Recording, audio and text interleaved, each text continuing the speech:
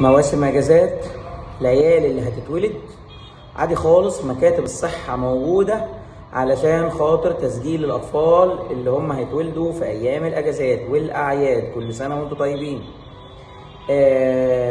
مهم جدا التسجيل بالنسبة للطفل، والحقنة الصفرية واختبار السمع وعينة الكعب، كل ده موجود في مكاتب الصحة، بيبقى ليها مواعيد مفتوحة بيها في فترة العيد.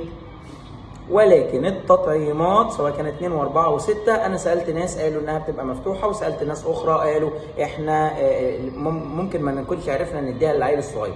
فاللي انا متاكد منه ان تسجيل الاطفال والمواليد والحاجات بتاعه اول 24 ساعه واول اسبوع بالنسبه لهم موجوده. ولكن التطعيمات في نقطه مهمه جدا، حبيتوا تاخدوها وهي المكان مفتوح خدوها، يكون اسهل وانظف. ما عرفتوش ما رحتوش، التاخير مفيش منه قلق لحد ما نخلص الاسبوع بتاع اجازه العيد. سنه طيبين.